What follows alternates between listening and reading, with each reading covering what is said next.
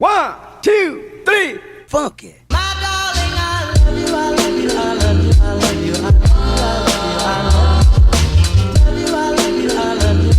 Bienvenue sur Exclusive, le podcast des cyber-TDS.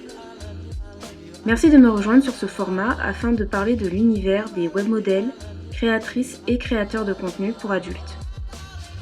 On parle ici d'expériences de vie, de tips entre collègues, de bien-être, de culture, d'events, d'émancipation et bien d'autres sujets dans un espace safe. Moi c'est Nélane, je suis camgirl depuis 6 ans et dans cet épisode, je vous propose une écoute sous un format spécial pour ce mois de décembre. Une mini-série de 4 épisodes courts sur l'antivalidisme. 3 profils différents, 3 parcours de vie différents, réunis pour partager leurs expériences personnelles. On va parler de neuroatypie, de handicap, de maladie et de ce que cela signifie de vivre dans une société où capitalisme et validisme vont de pair. Je remercie Christine, Maîtresse Catin, Nio, de m'avoir accordé de leur temps et de leur énergie, d'avoir dévoilé une part intime de leur réalité. Épisode 1. Le validisme ordinaire. Moi, je me définirais pas comme handicapée dans le sens où j'arrive en fait à fonctionner dans la société. J'en suis capable, mais ça me tue de l'intérieur. Donc je dirais que j'ai quand même un peu un handicap, mais je dirais qu'il est quand même léger parce que je sais très bien que j'arrive à être fonctionnelle, mais juste pas sur très longtemps, quoi.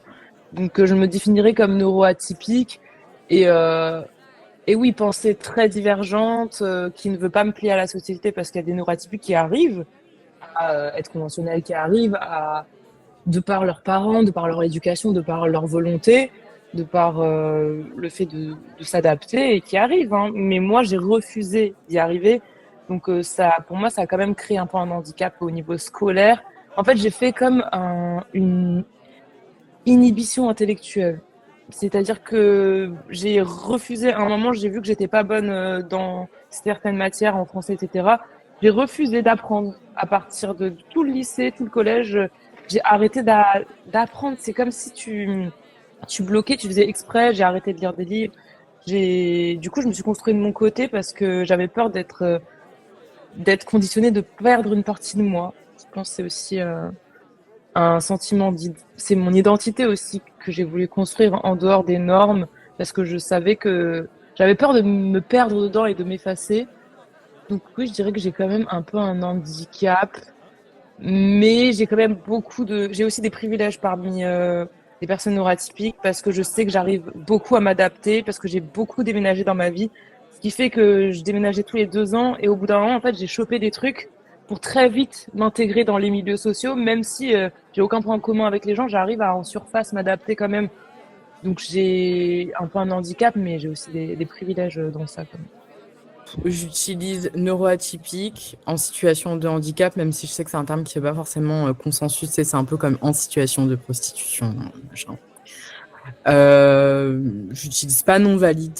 Non, c'est vraiment neuroatypique en situation de handicap et éventuellement polyhandicapé. Personne handicapée, j'assume toujours totalement le terme. J'ai mis du temps avant de l'assumer et avant de l'accepter. Mais comme une personne en dit, en fait, mais c'est pas quelque chose de forcément négatif, en fait. Juste que je rentre pas dans les cases normales et j'ai une vie que j'ai dû adapter. J'ai juste dû adapter mon mode de vie surtout. Et voilà, en fait. Alors que je pourrais moins l'être dans une société moins validiste.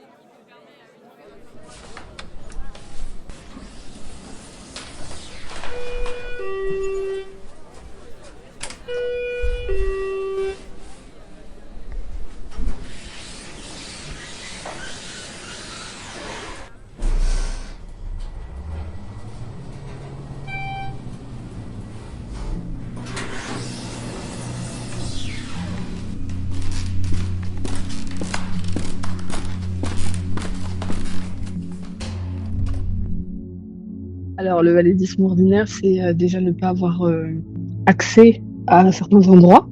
tout simplement parce qu'il y a des marches où il y a juste impossibilité de s'y rendre, rien que ça. Donc là, je parle même pas vis-à-vis des gens, en fait, je parle juste vis-à-vis des lieux ou même de certains transports. Et le fait que on ne prend pas en compte que les gens qui sont invalides, du coup, enfin qui sont handicapés, ça ne se voit pas forcément.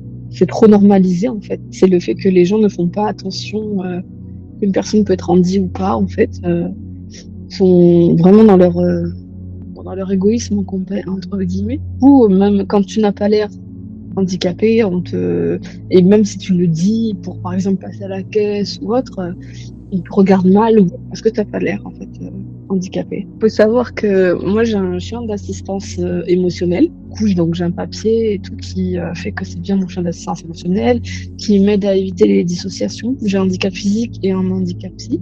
Donc voilà, moi je suis tartinée. J'ai besoin d'avoir mon chien avec moi pour en cas de dissociation ou autre, parce que ça peut être très dangereux. Comme j'ai dissocié sur les rails du tramway alors qu'il était en train d'arriver, je suis partie juste à temps. Mais voilà, par exemple, la semaine dernière, je suis allée cette semaine, pardon, au début de semaine, je suis allée dans une boutique, j'allais acheter un petit peu à manger pour le soir même. On m'a pas vraiment laissé rentrer parce que j'avais mon chien. Et à ce moment-là, j'avais pas mon fauteuil. Et oui, mais j'ai les papiers, donc en fait, vous pouvez pas me refuser, quoi. La dame, quand je lui ai dit, parce que je suis handicapée, elle m'a regardée de bas en haut, comme si j'avais rien, en fait. Mais sauf qu'elle sait pas. En ce moment, je suis sous tramadol et Acupant, donc des traitements quand même assez forts. Et ça, les gens le voient pas. Elle m'a vraiment trop mal regardée. Au lieu de m'énerver, je suis partie. Voilà, quoi, elle voulait pas me laisser rentrer avec mon chien d'accompagnement, alors que dans tous les autres endroits, on me laisse rentrer tant que je peux prouver qu'ils m'accompagnent, quoi. Du coup, les gens pensent que les personnes folles, entre guillemets, folles, je sais pas si tu vois le terme que je vais utiliser, elles sont très stigmatisées parce que les gens apparentent ça aux gens qui vont crier tout seuls dans la rue ou parler tout seuls dans la rue ou autre, ou des choses comme ça. Je pense que c'est forcément que ces personnes-là qui ont des soucis psy. Alors que non, il y a beaucoup plus de personnes. Rien que la dépression est une maladie psy, est handicapante, enfin, énormément handicapante. Et d'autres choses d'autres handicaps, en tout cas, qui sont énormément stigmatisés. Enfin, tout ce qui est neuroatypie, c'est très compliqué parce qu'il faut pouvoir s'adapter. Après, il y a quelques évolutions, par exemple, dans certains petits magasins auxquels ils vont réduire la lumière à certaines heures, préciser à quelles heures c'est, pour les personnes neuroa, réduire le son, enfin couper la musique, réduire la lumière et tout. Il y a encore trop de stigmates en fait, et trop d'idées reçues sur les personnes qui ont des soucis psy en fait, alors qu'on est de plus en plus diagnostiqués et plus facilement vu que la science évolue et compagnie.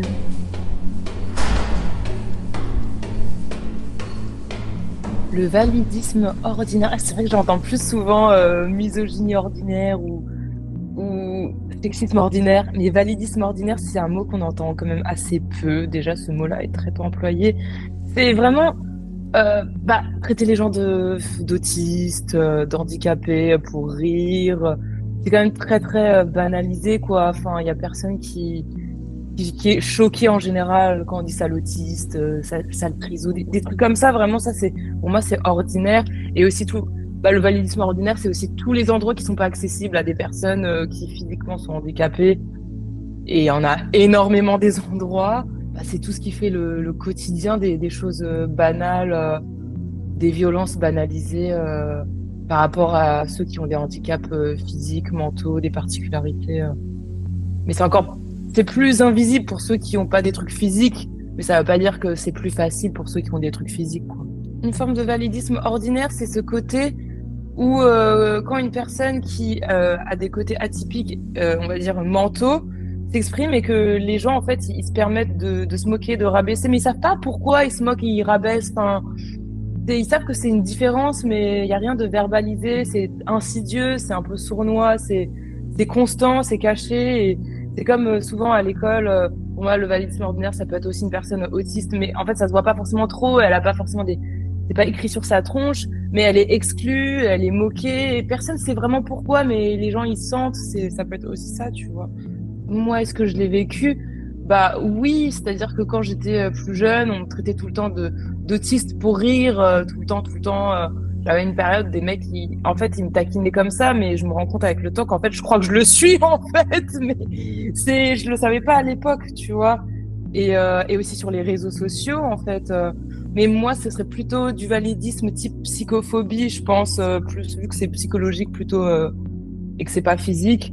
Bah, oui, j'ai été un peu bully, on va dire, par des militants sur les réseaux parce que je m'exprimais pas de la bonne manière. Il y avait un mot ou parfois il y a un mot, il a plusieurs sens. Parfois tu peux l'interpréter d'un sens parce que tu as une façon un peu de voir le monde différente et les gens ils vont t'attraper la veste, ils vont pas te laisser de deuxième chance, ils vont avoir aucune tolérance parce que eux ils ont besoin aussi par ego de se sentir supérieur à d'autres personnes, parfois de se sentir plus conventionnel, parfois aussi dans le militantisme, dans des milieux un peu compétitifs comme ça, bah, ils vont bully des personnes qui ne s'expriment pas avec des mots parfaits. Et j'ai un peu subi ça. C'était un peu un engrenage. Et en fait, vraiment, je l'ai super mal vécu parce que, en fait, plus je me justifiais, moins ils comprenaient. Et c'était un truc en mode où tu rentres dans un truc où tu te justifies jamais avec les bons mots. Et c'est comme si tu faisais tout le temps des gaffes, des gaffes, des gaffes, des gaffes. Alors qu'en soi, n'importe quel humain peut faire des gaffes. Juste, il y a des gaffes qui sont plus tolérées par la société et d'autres qui le sont moins parce qu'on a moins l'habitude d'entendre certains langages que d'autres. C'est qu'une question d'habitude, tu vois, de normalisation de mots. Et du coup, il y a un peu un double standard où quand des gens, ils sont un peu plus conventionnels, font des gaffes, personne va leur attraper la veste. Pourtant, c'est les mêmes gaffes de la même gravité, tu vois. Et toi qui fais des gaffes, vu que tu as un engagement conventionnel, toi, ça va être beaucoup plus grave alors que c'est pas plus grave objectivement. Donc voilà, j'étais un peu dans un cercle vicieux d'harcèlement bizarre à une période avec des militants, mais ça m'a fait bizarre. Je pensais pas que ce milieu-là était comme ça aussi, mais c'est la société en soi qui est comme ça. Un autre truc, je dirais aussi en cours par rapport à mes copies, c'est-à-dire que bah, vu que ma mentalité est pas la même que ce qui est scolaire, c'est-à-dire que moi j'ai un fonctionnement qui fonctionne par liaison comme par lien. Ben, un truc m'a amené à un autre. Et pour moi, c'est normal. C'est pour beaucoup de personnes qui ont le TDAH, de l'autisme, de la neuroatypie, ça peut être normal en fait, de faire des liens avec des choses. Pour toi, c'est logique. Mais en fait, pour le prof ou pour la convention et pour la société, tu pars en cacahuète. Ce que tu dis n'a aucun sens. Et constamment, dans mes copies, c'était les mêmes remarques. Hors sujet, aucun sens, aucune rigueur. Mais en fait, ça, c'est par rapport à la norme. C'est parce que t'es hors norme que les gens, ils disent, t'as faux, t'as tort. Mais t'as pas tort, objectivement. C'est pas parce que tu fais un lien entre un truc et un truc qui est très éloigné qu'il n'y a pas de lien. Donc, j'avais tout le temps les mêmes remarques à l'école et ce qui faisait que, en fait, ça détruit un peu ta confiance en toi. T'as tout le temps des mauvaises notes alors qu'en fait, t'es loin d'être bête, quoi. Mais on te fait croire que t'es bête. Ça, le problème, c'est qu'on te fait croire que t'es débile, en fait. Donc, c'est un peu vexant, quand même. Et quand t'es jeune, tu te connais pas, tu penses vraiment que t'as une déficience intellectuelle, en fait. Alors tu l'as pas, c'est autre chose. Et après, la déficience intellectuelle, il y a des gens qui en sont victimes aussi. Je pourrais pas parler à leur place, mais... Waouh, vaste question. Pour moi, c'est mon quotidien. C'est mon quotidien depuis que j'ai 16 ans, depuis que j'ai eu ma première hospitalisation en psychiatrie adulte. J'ai l'impression que le validisme démarre en fait avant tout dans les institutions qui sont censées nous soigner, dans les hôpitaux, parmi les médecins, parmi les soignants et les soignantes, même si heureusement il y en a qui sont bien. Mais pour moi, le validisme ordinaire, c'est un quotidien que je vis depuis que j'ai 16 ans. Enfin, c'est quelque chose que j'ai tellement assimilé à mon quotidien, tu sais, un peu comme quand, en tant que personne sexisée, on sort dehors et on a l'habitude d'être abordé par les hommes, on a l'habitude d'être regardé, d'être dévisagé, de recevoir des insultes. Et moi, j'ai l'impression qu'en fait, je l'ai tellement intériorisé, assimilé à mon quotidien que je m'en rends plus forcément compte. Je pense aussi que j'ai un entourage qui est très neuroatypique ou qui est handi. Du coup, je pense que ça aide grave. Moi, en tout cas, une remarque validiste que j'ai beaucoup reçue quand j'étais plus jeune et que j'avais pas encore les bons diagnostics, c'est que j'avais toutes les capacités pour réussir, mais que je ne m'en donnais pas les moyens. Ou que, par exemple, ouais, mais comment tu crois que nous, on fait pour aller bosser tous les jours et tout faut de bouger. Voilà, enfin, c'est le classico-classique, un petit boy in shape, rien à foutre de ta dépression, genre bouge-toi, sors-toi les doigts. J'ai beaucoup eu, à partir du moment où j'ai commencé à dire aux gens que j'avais un trouble du spectre autistique, et j'ai beaucoup eu, et même encore aujourd'hui, J'ai encore beaucoup de « Ah, mais t'as pas l'air autiste !» Voilà, enfin, ça c'est quelque chose de très commun. J'ai l'impression que beaucoup de personnes avec un trouble du spectre autistique s'entendent dire. Et j'ai aussi, tu sais, une maladie chronique inflammatoire de la peau qui s'appelle la maladie de Verneuil. En fait, c'est des poussées d'abcès qui se font, moi j'en ai sous les aisselles, sous les seins et au niveau des plis de laine. Et en fait, forcément, quand je suis en société et que j'ai des poussées, enfin quand je suis dans l'espace public ou dans un espace social, poussées que je suis dans, parce que c'est des douleurs qui sont vraiment atroces. Sur l'échelle de la douleur, je crois que c'est entre 7 et 10 quand tu es en poussée. Et du coup, moi, je vais avoir le réflexe de masquer. Et quand je vais expliquer aux gens que là, ça va pas trop, je suis fatiguée. Oh, tu n'as pas l'air fatiguée, que je suis en pleine poussée. Ah, ça se voit pas, dis donc. Mais en fait, j'ai l'impression que le handicap, quel qu'il soit, même si entre guillemets il est visible, pour moi, même une personne en fauteuil roulant, elle est par définition invisible. Et le handicap est par définition invisible de toute façon, quel qu'il soit.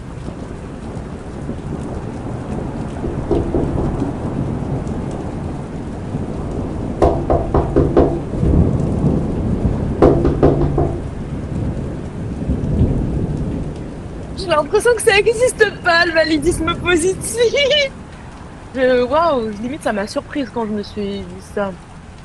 Le validisme positif, non, ça n'existe pas du tout, hein. Peut-être dans des milieux extrêmement restreints ou des groupes de potes qui ont tous des particularités, peut-être qu'ils peuvent s'encourager entre eux, mais dans la société, je dirais que ça n'existe pas du tout, non. Le validisme positif, oui, ça existe clairement. Mais ça vient des valides la plupart du temps, ou quand on nous dit oui, mais t'es courageux ou t'es courageuse de vivre ça. Non, en fait, je le subis déjà, et les gens savent pas ce qu'on vit ou ce qu'on a vécu, ou si on n'a pas fait des trigger warning, attention, des TS ou autres, en fait, ils savent pas.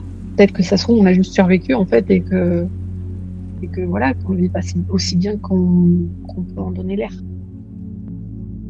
Le Téléthon. Alors ça, positif, je trouve ça relatif pour parler de ça, parce que ça cherche l'apitoiement, en fait. Tout simplement juste à apitoyer les gens pour qu'ils donnent de l'argent, pour qu'on soit solidaire, ou les gens ont pitié, alors qu'en fait, il faut juste... On peut vivre dans le monde qui est, mais il n'est pas adapté à nous, en fait. Il faudrait qu'il y ait beaucoup plus de choses adaptées, en fait, à nos moyens de mobilité, que ce soit pour marcher, que ce soit pour se déplacer en fauteuil ou debout.